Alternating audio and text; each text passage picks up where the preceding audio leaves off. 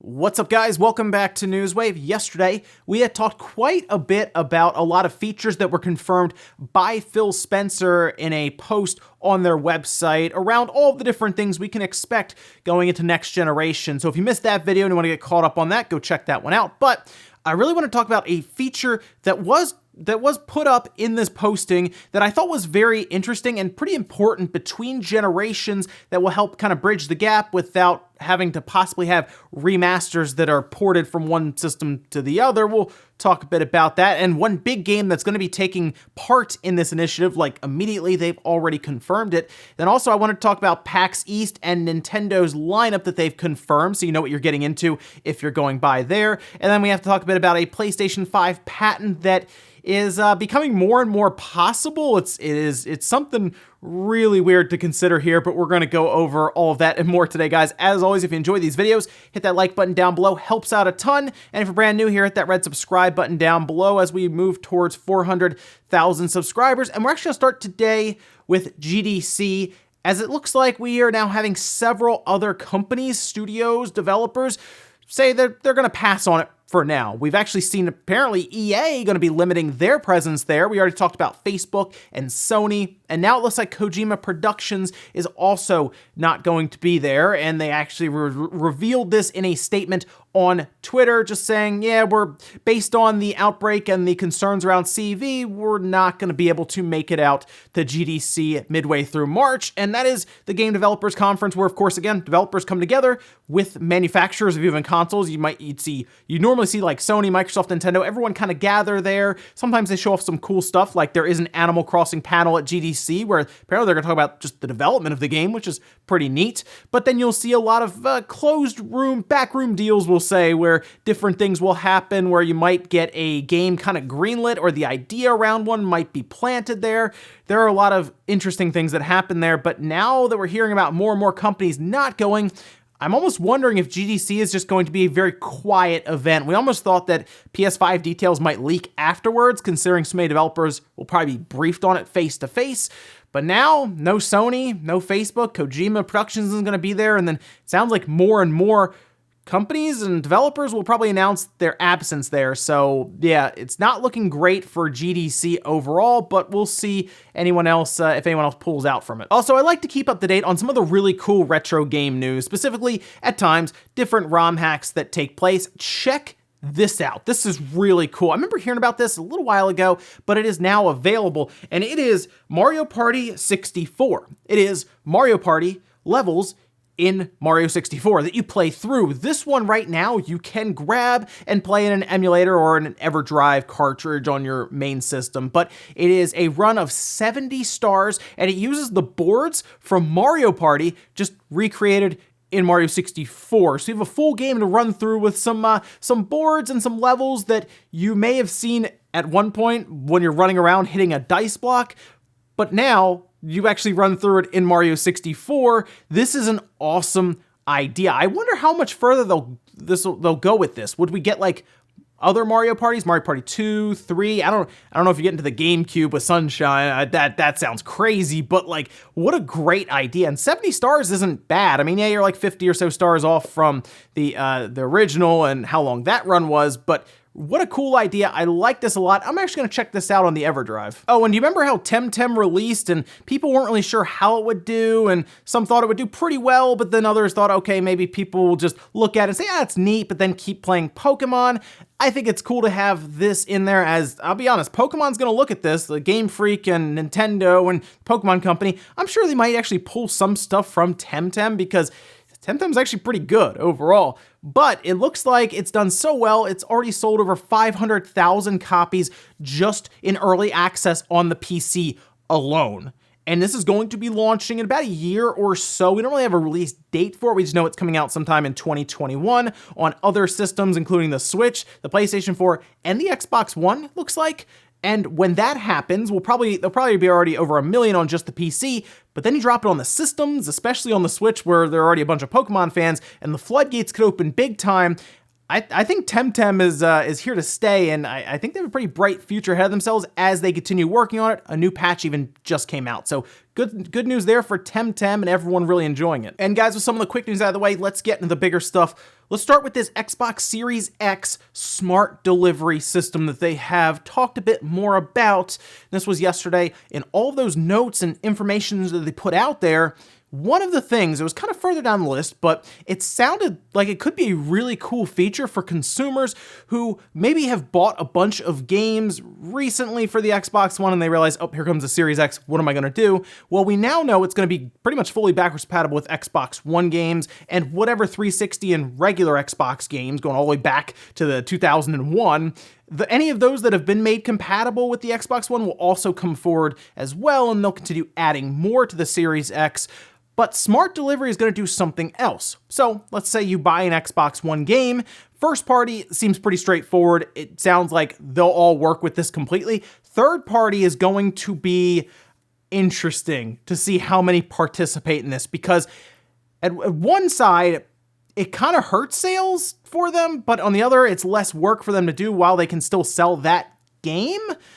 It's gonna be tough, and I'm gonna be very curious to see how all this works out. So one company that's already said, yeah, we're on board with this, and it's going to happen now. Well, soon. It would have been happening, I guess, technically in April, but when the Xbox Series X comes out, if you've already purchased Cyberpunk, they put this tweet out here, they say no player should have to buy the same game twice, which that could be a jab at a lot of companies right now. We've seen Nintendo with a ton of Wii U ports, right? We've seen quite a few, let's be real. And then we've also seen Take-Two and Rockstar release GTA 5 twice on the 360, of course, that generation, and then on the PS4 and the Xbox One, and then the PC. So they've been kind of sporadic with those releases, and that's worked out for them. But here's Cyberpunk saying that if you buy it on the Xbox One, you will already have it on the Series X. You won't have to buy it again. Basically, smart delivery will detect what system you're using, and it will download that version of the game with any enhancements. So let's say right now you're like, I'm going to buy it on this Xbox One X when it comes out in September,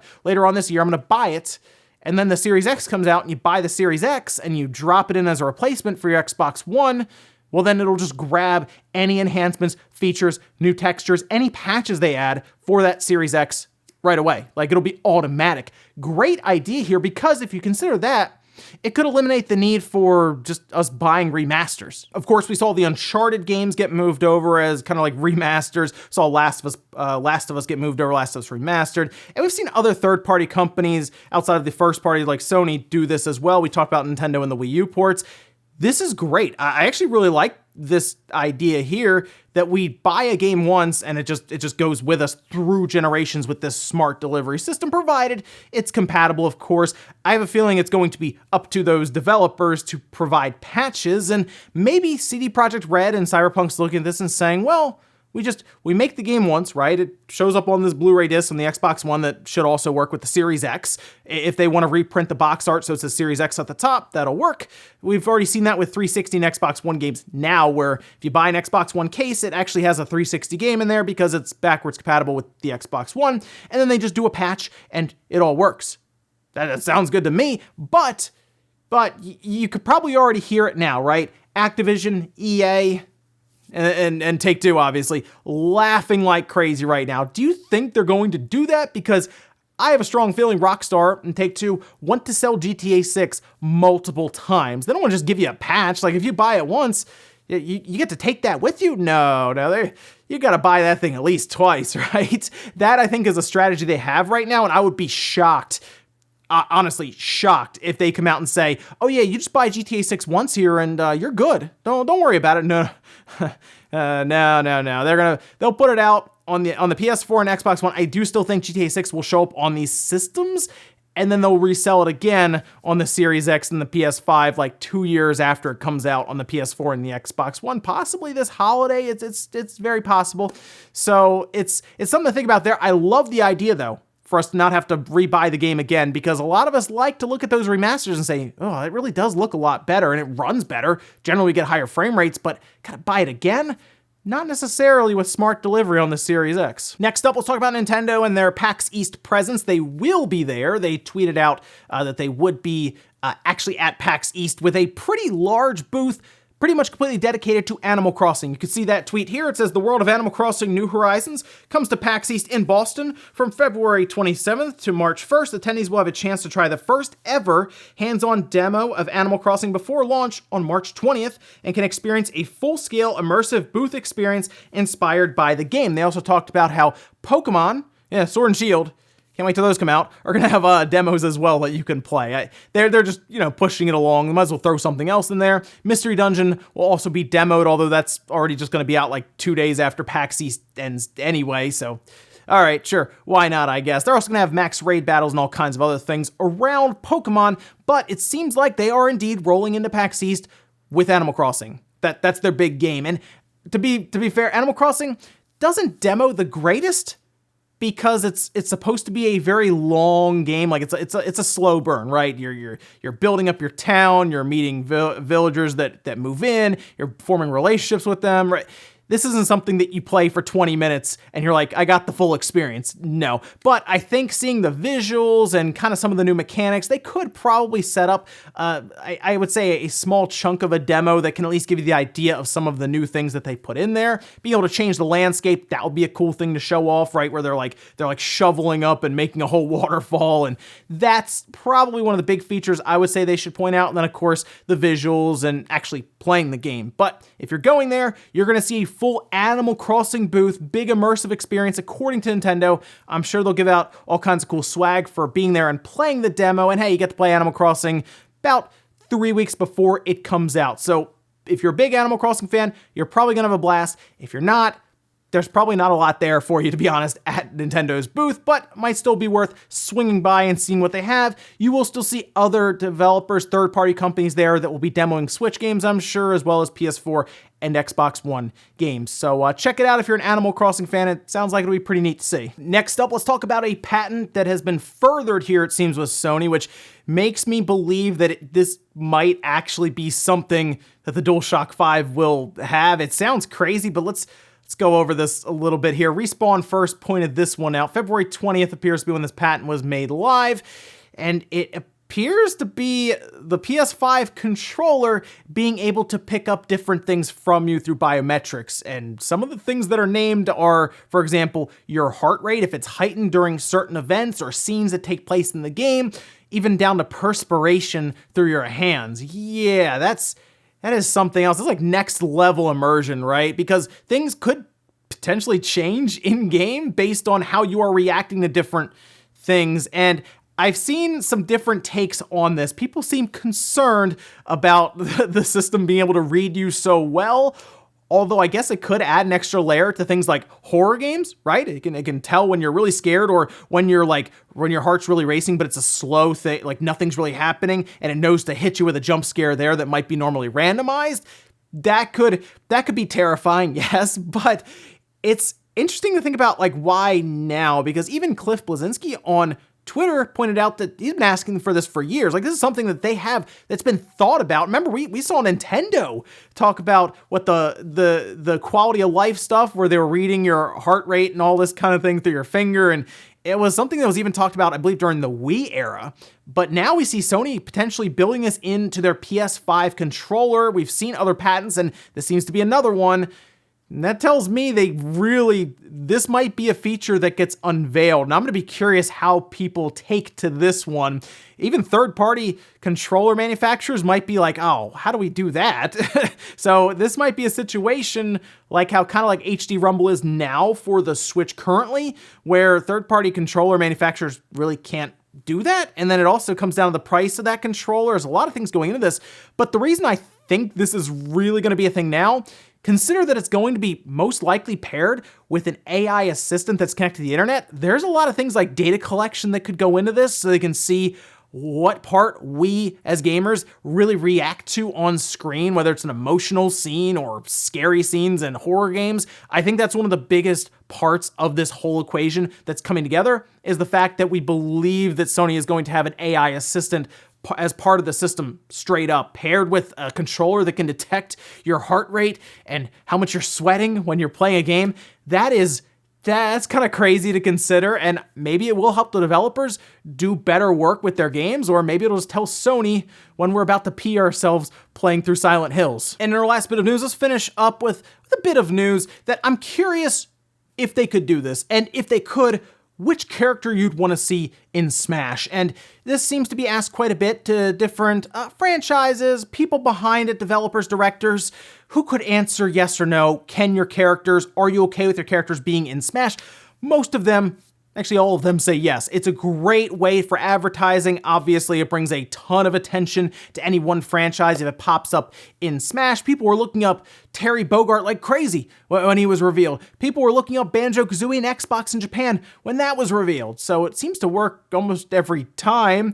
So naturally, when Ed Boon was asked by Shaq News, would you like any of your characters from Mortal Kombat in Smash? This is what he had to say. For me personally, I can't speak for all of Warner Bros. Or anything. That would be kind of like a stamp of approval. It'd be like being part of the gang and all that stuff. I would love to see that. So, can we get a Mortal Kombat character in Smash? Is it possible?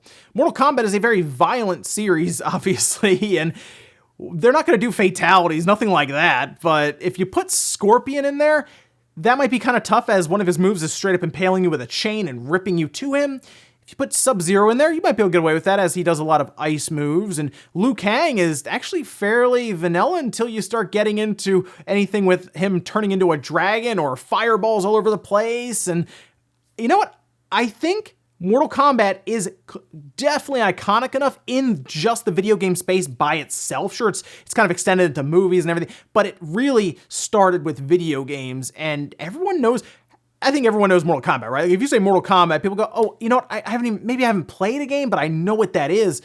I think it is iconic enough to really be cemented in Smash Bros. But let me know who you think they could put in there. I've thought about Liu Kang or Sub-Zero, but I mean, you gotta figure out how to put Scorpion. Scorpion is like the character from Mortal Kombat, right? And we'll finish up with the comment of the day, as you're seeing here. This one is from Nihon Guy saying, imagine Bethesda, of all companies, trying to start a streaming service, the same company that can't make a stable server to one game. Well, you highly underestimate Bethesda and their will just to do it. They put out a subscription service, a monthly or even massive price for a yearly subscription to Fallout 76 after the state that launched in, and then the state that it stayed in, and then it being still broken at times, and then them shipping out helmets that had mold in it, and they still tried to go over with this Fallout First thing, and I think people are still doing it. So you don't think they would try it? Because I'm almost positive they would definitely try to do a streaming service, especially if that means they get more money. That's what it comes down to. Not necessarily if the game works, or even if the streaming service works. Ladies and gentlemen, that's going to do it here for Newswave. If you enjoyed this video, guys, hit that like button, it really helps out. If not, hit the dislike. Leave comments down below about everything we talked about today, whether it's that PS5 patent and the ability to read your heart rate or your perspiration, or Nintendo's PAX East lineup consisting of Animal Crossing. And then what about the Series X and the smart delivery, where remasters might actually be phased out through that? Thanks so much for watching, guys, and I'll see you next time.